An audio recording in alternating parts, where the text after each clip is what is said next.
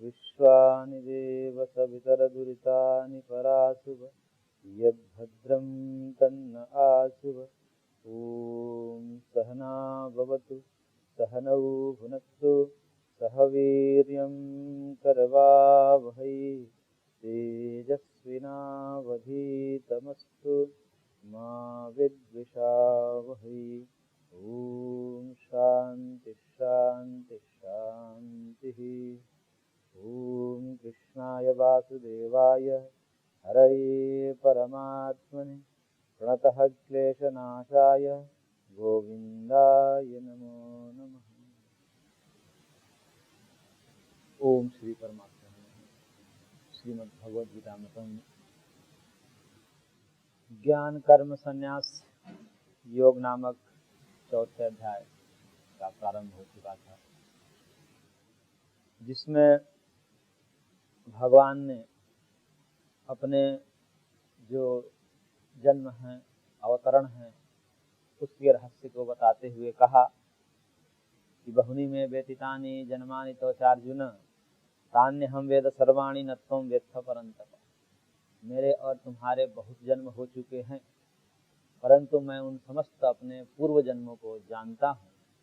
क्योंकि मेरी बुद्धि कर्तव्य या पुण्य पाप रूपी कर्म से आच्छादित नहीं है, और तुम्हारी बुद्धि पुण्य और पाप से आच्छादित होने के कारण तुम उन जन्मों को नहीं जान पा रहे हो, पूर्व जन्मों को।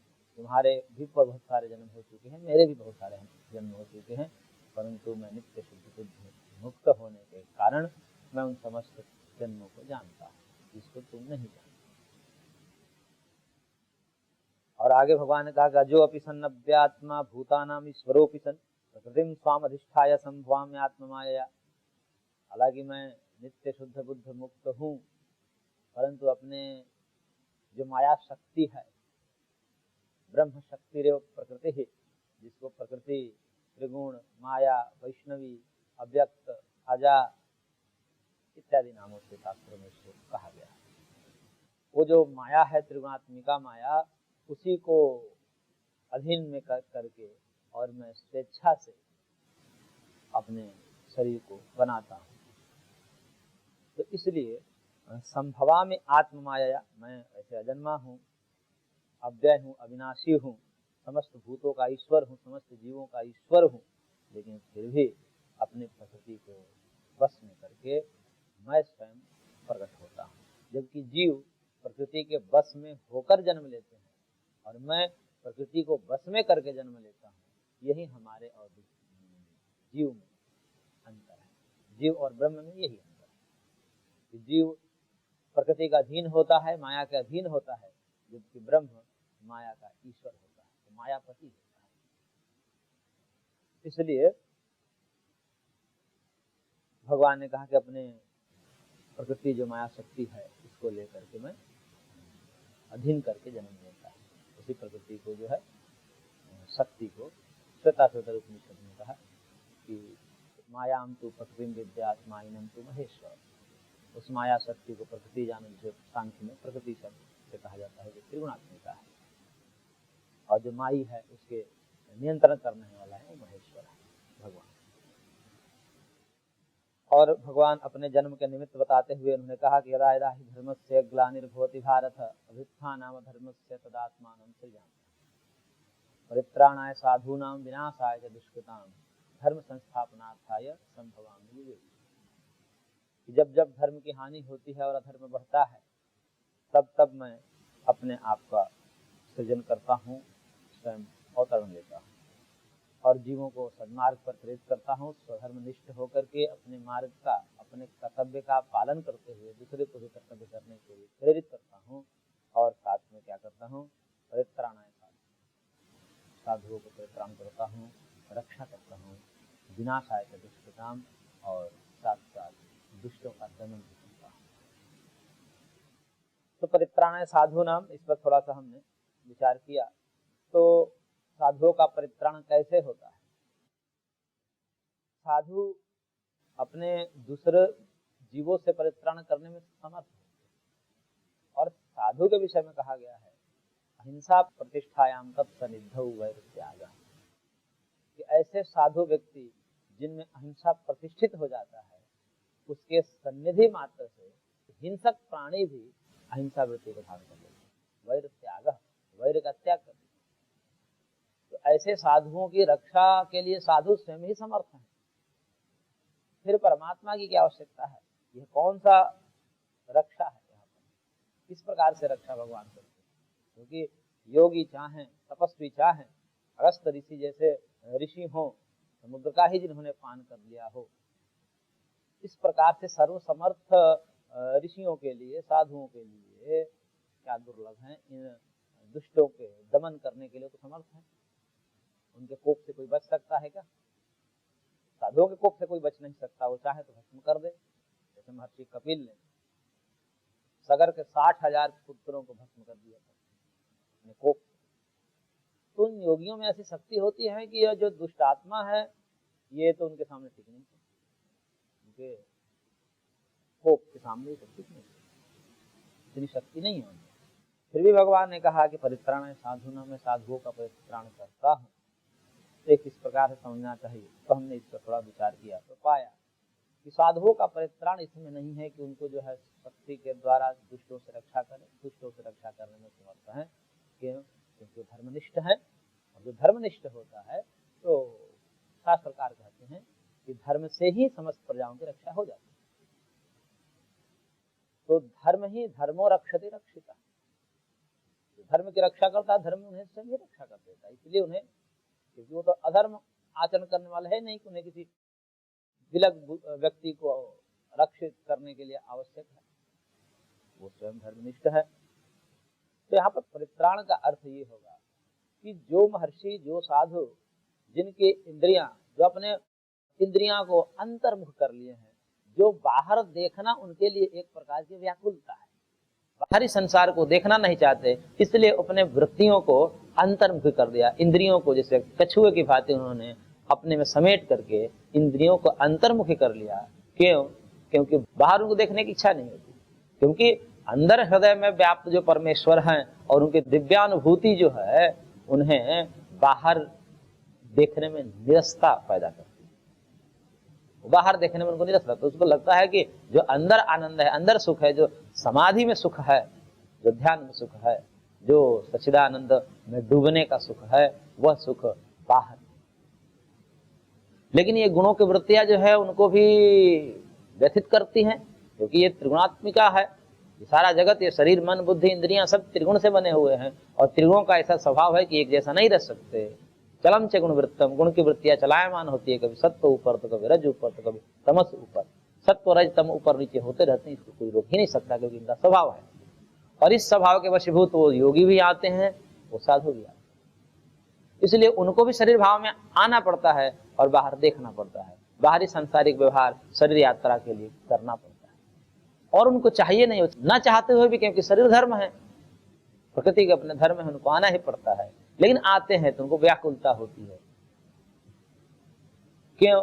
क्योंकि वो जो अंतर मन से, अंतश्चक्षु से जो उन्होंने परमात्मा का दर्शन किया है, उस दर्शन के आगे ये सब फीका पड़ जाता है। ऐसे योगियों की जो इन बाह्य इंद्रियों के द्वारा, जब बाहर इंद्रियों से देखते हैं, जगत को देखते हैं, तो व्याकुल हो जाते हैं। और प्रकृति में ऐसा संभव नहीं है कि वो अंदर हमेशा अंतर्मुखी हो, हमेशा ब्रह्मस्थ, आत्मस्थ, समाधिस्थ रहे, ऐसा संभव नहीं है। इसलिए बाहर आते हैं तो व्याकुल होते हैं। इन नेत्रों से भी वो भगवान का दर्शन करना चाहते हैं, क्योंकि भगवान से विलग एक क्षण के लिए भी वो हटना नहीं चाहते, वो रहना नहीं चाहते कि मैं भगवान से एक क्षण के लिए भी विलग हूं। इन इंद्रियों से भी उन्हीं का दर्शन होवे, इस माया का दर्शन न होवे, ये सुख दुख मोहात्मक जगत का दर्शन न होवे, अपितु जगदीश्वर का भी इन आंखों से दर्शन होवे, तब जाकर उनको शांति मिले। इसलिए वो व्याकुल रहते हैं। अंतर में जब बैठते हैं, समाधिस्थ होते हैं, तब तो शांत रहते हैं।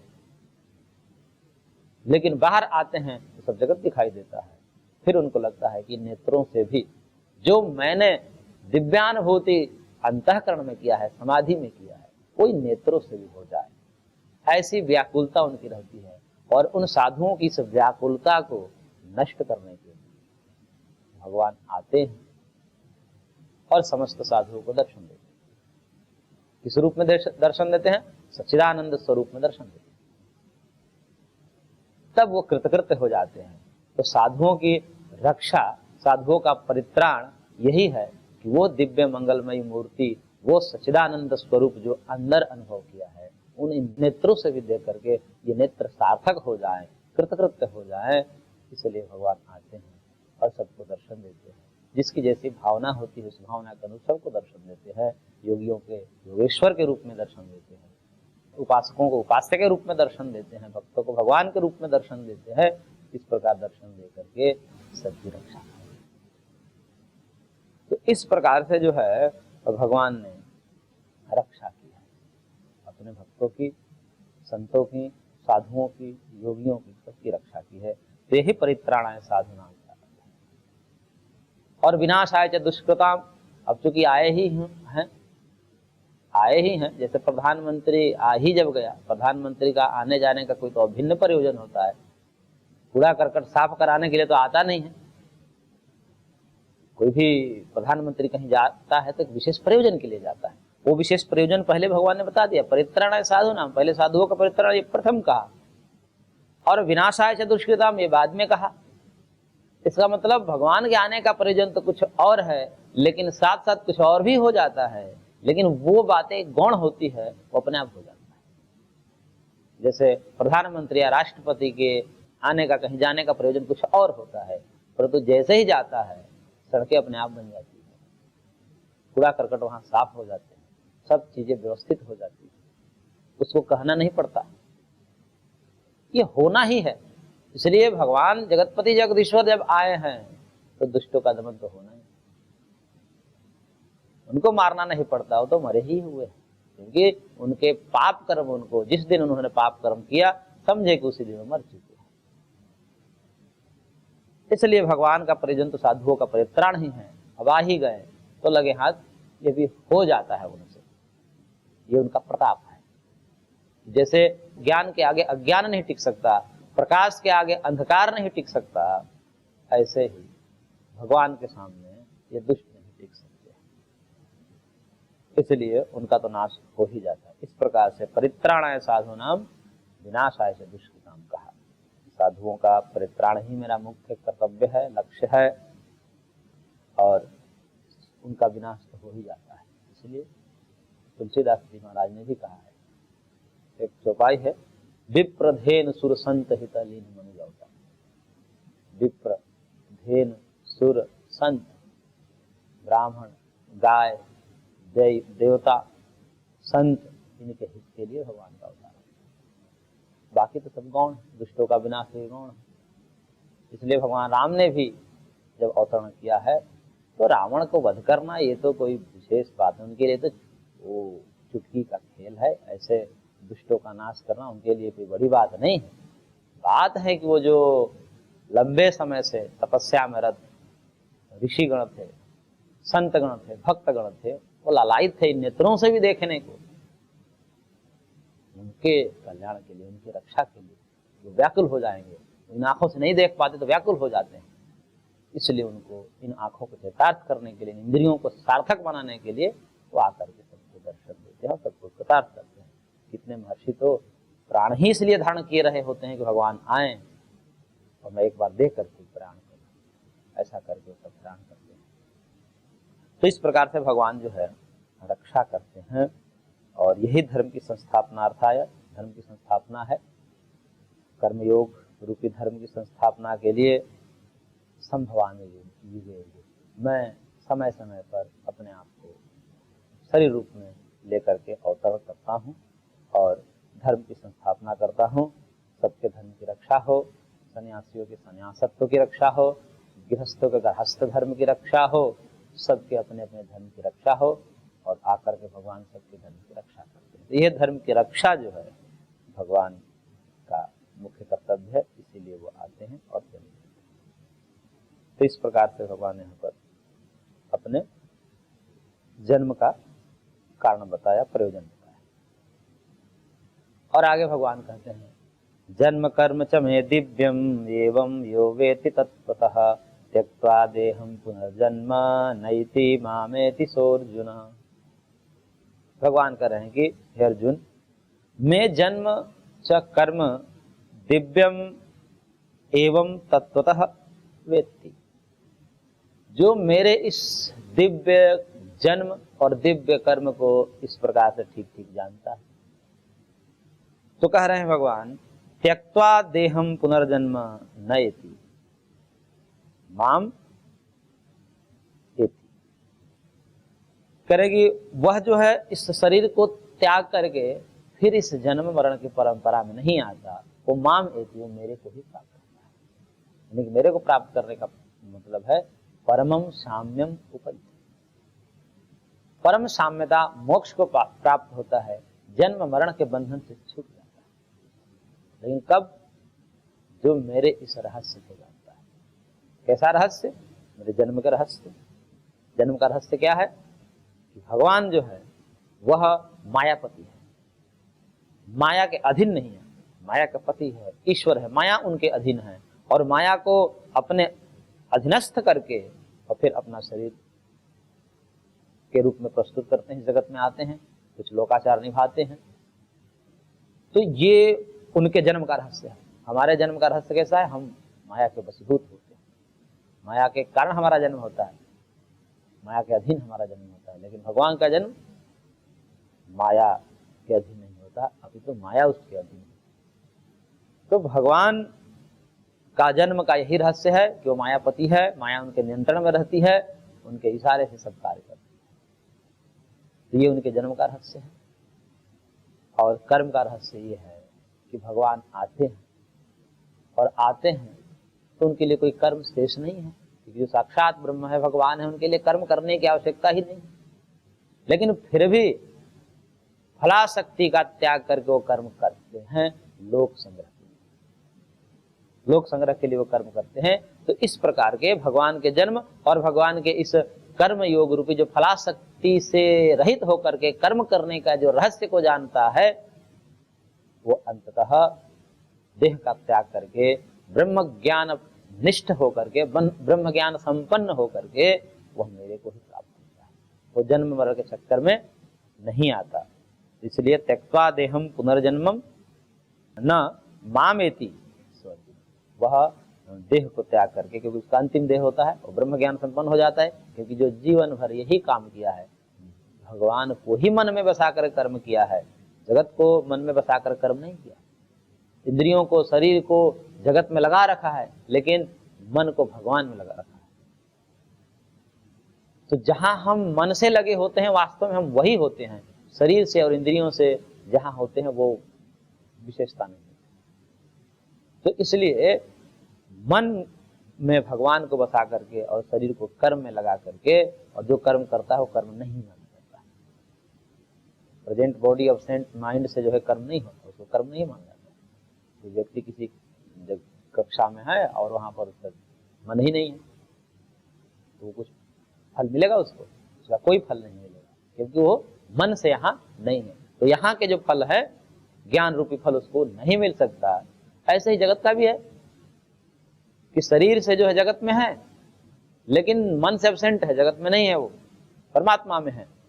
तो अब जगत के जो फल है क्या है? सुख दुख, जन्म मरण, वह फल उसको, यही कर्मयोग का रहस्य है। तो भगवान को मन में बसा करके जो सारा काम किया है जीवन भर निष्काम होकर के, उसको अंततः भगवान ही प्राप्त होंगे। मरते समय भी भगवान ही आ जाएंगे। उसकी बुद्धि ब्रह्माकार कारित वृत्ति होगी मरते समय भी। तो आगे भगवान कहेंगे कि जो मरते समय जिस वृत्ति से युक्त होकर के मरता है, उसी का आधार पर अगला जन्म होता है। और ब्रह्माकार कारित वृत्ति लेकर के वो मरा है, तो क्या होगा? भगवान ही मिलेंगे। इसलिए उसको मोक्ष प्राप्त होता है, वो मेरे को प्राप्त होता है, वो जन्म नहीं लेता। और इसी को भगवान आगे कह रहे हैं, वीतराग भय क्रोधा मन्मया मामुपाश्रिताः बहवो ज्ञान तपसा पूता मद्भावमागताः। कह रहे कि वीतराग भय क्रोधाः मनमयाः माम उपाश्रिताः, जिनके राग भय और क्रोध चले गए। ऐसे जो विगत राग वाले हैं, भय वाले हैं, क्रोध वाले हैं, यानी कि जिनके राग मतलब इच्छाएं, लौकिक इच्छाएं, इच्छा का मतलब लौकिक इच्छाएं, भगवान की इच्छाएं तो रहेगी ही, भगवान को प्राप्त करने की इच्छाएं हैं वो तो रहेगी ही। और वैसे भी दार्शनिक दृष्टिकोण से देखा जाए, इच्छा का मतलब कामना, काम, राग, इच्छा, ये सब पर्यायवाची शब्द हैं। तो कामना जो है यहाँ पर वीत राग कहा है। राग जिसके चले गए, भय जिसके चले गए, क्रोध जिसके चले गए, राग मतलब इच्छा, काम, काम चला गया। अब कोई कहे कि लौकिक कामनाएं तो जिसकी चली गई, लेकिन भगवान की कामना तो शेष रहेगी ही। मुझे भगवान को प्राप्त करना है, ये कामनाएं तो रहेगी ही। इसलिए इन कामनाओं का भी त्याग करना है क्या? तो कहते हैं कि ये कामना त्याग तो हो ही नहीं सकती, क्योंकि कामना शब्द का प्रयोग वहां होता है जहां पर वस्तु हमसे विलग होती है, हमसे अप्राप्त होती है, और अप्राप्त वस्तु को प्राप्त करने में काम शब्द का प्रयोग किया जाता है। राग, प्राप्ति, कामना उत्पन्न कहां होती है? हमें वस्तु प्राप्त नहीं है, हमसे अलग है। जैसे हमें धन की प्राप्ति करनी है, धन हमसे अलग है, इसलिए उसमें कामना होगी। स्त्री की प्राप्ति करनी है, स्त्री हमसे विलग है, इसलिए उसमें कामना होगी। तो धन, जन, अधिकार, यश आदि जो हमसे भिन्न है, पद हमसे भिन्न है, राज्य की कामना है, राज्य हमसे भिन्न है। तो जो हमसे भिन्न है और जो हमें प्राप्त नहीं है, उसमें कामना उत्पन्न होगी।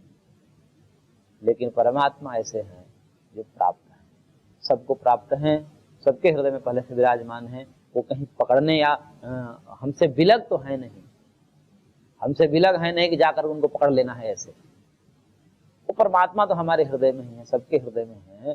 तो जो हम वस्तु पहले से प्राप्त है, उसमें कामना शब्द का व्यवहार नहीं होता। यदि हो रहा है तो कहते हैं कि ये गौण व्यवहार है। गौण मतलब कहने के लिए है, वस्तुतः नहीं, क्योंकि जो वस्तु प्राप्त है पहले से, हमसे अभिव्यक्त है, अविभागापन्न है, ऐसे वस्तुओं में प्राप्ति शब्द, काम शब्द, इच्छा शब्द का प्रयोग गौण ही समझना चाहिए, वास्तविक नहीं है, मतलब कहने के लिए है। इसलिए भगवान की कामना ये कहने के लिए है। भगवान में कामना नहीं थी, कामना लोक में होता है, लौकिक वस्तु। इसलिए यहाँ पर राग का त्याग करना है, यानी ये कामनाओं का त्याग करना है, तो लौकिक ही कामनाएं समझी जाएंगी। जहां पर भी कामना का त्याग करने की बात जब होगी तो लौकिक कामना ही समझनी चाहिए। परमात्मा में कामना नहीं हो सकती, क्योंकि परमात्मा पहले से प्राप्त है। तो जिसके राग चले गए, जिसके भय चले गए, जिसके क्रोध नष्ट हो गए, ऐसे मनमया, जो मेरे में ही मय हो गए हैं, तन्मय हो गए हैं, जो मुझ में ही अनन्य भाव में स्थित हो गए, जो मेरे में, मेरे अतिरिक्त और उसका कोई नहीं जगत में। क्योंकि जिन्होंने अपने बुद्धि में, इसी को स्थित प्रज्ञ कहा है, विगत अध्यायों में स्थित प्रज्ञ किसको कहा है? जिसकी बुद्धि ने यह निर्धारित कर ली कि मेरा सर्वस्व भगवान, मेरा कल्याण भगवान से है। क्योंकि मैं जब कल्याण करने में असमर्थ था, उस समय भी गर्भ में भगवान ने ही हमको पाला, उससे पूर्व में भी जहां हमने शरीर को छोड़ा, वहां से उठाकर उस गर्भ में डाला, भगवान ही डाले, कोई व्यक्ति की बस की तो बात है नहीं। आगे शरीर जब जीर्ण क्षीण हो जाता है, शरीर हमने मांगा है, भगवान अपने से शरीर नहीं देते, ये दुख हमने मांगा है इसलिए दुख, क्योंकि सुख मांगा है हमने। दुख का मतलब, दुख मांगने का तात्पर्य कोई दुख तो मांगता नहीं, परंतु संसार मांगा है हमने, और संसार में सुख देकर हमने संसार को मांगा है। लेकिन संसार ऐसा है कि जैसे विष मिश्रित खीर है, विष मिश्रित जैसे खीर है, और उसमें खीर में हमें सुख बुद्धि उत्पन्न हो गई, ऐसे ही जगत में सुख बुद्धि उत्पन्न हमारी हो गई। इस कारण से हमने विष मिश्रित खीर की मांग की है, यानी कि दुख मिश्रित जगत की मांग हमने की है। हमारे मन में तो सुख ही था, वो विष नहीं दिख रहा था, इसलिए हमने खीर मांगा, लेकिन वो खीर ऐसा था विष वाला। ऐसे ही हमने जगत मांगा, जगत में सुख को देकर सुख मांगा, परंतु ये जगत सुख दुख मिश्रित है, इसलिए हमें दुख भी हाथ में लग गया। इसलिए वो शरीर जीर्ण होता है, उसके लिए भगवान शरीर देते हैं कि भाई शरीर लोगे तभी तो ये सब भोग भोगोगे जगत के। और वो शरीर भी विनाशी होता है, अनित्य होता है, जीर्ण शीर्ण हो जाता है। तभी भगवान कितने कृपालु है कि अब देखते हैं कि ये शरीर अब इसका काम नहीं करेंगे, फिर नया शरीर दे देते, दूसरे शरीर में। तो भगवान इतने कृपालु हैं कि जो मांगता है जीव वही देते हैं। भगवान का सीधा सा पढ़ना है कि अपने मन से कुछ नहीं देते, जो जैसा मांगता है वैसा। तो हमने संसार मांगा है सुख बुद्धि करके, हमको मिथ्या ज्ञान हो गया था इस कारण, क्योंकि हमने संसार में केवल सुख देखा, जो दुख वाला पक्ष था उसको नहीं देखा, इस कारण से ऐसा हुआ है। तो जिसकी बुद्धि जो है अनन्य भाव से भगवान में ही निष्ठ हो गई है, युक्त हो गई है, लग गई है, ऐसे जो अनन्य प्रेम पूर्वक स्थित जिसकी बुद्धि है, जो मेरे में ही लग गया है और मामुपाश्रिताः, मेरे ही एकमात्र आश्रय है।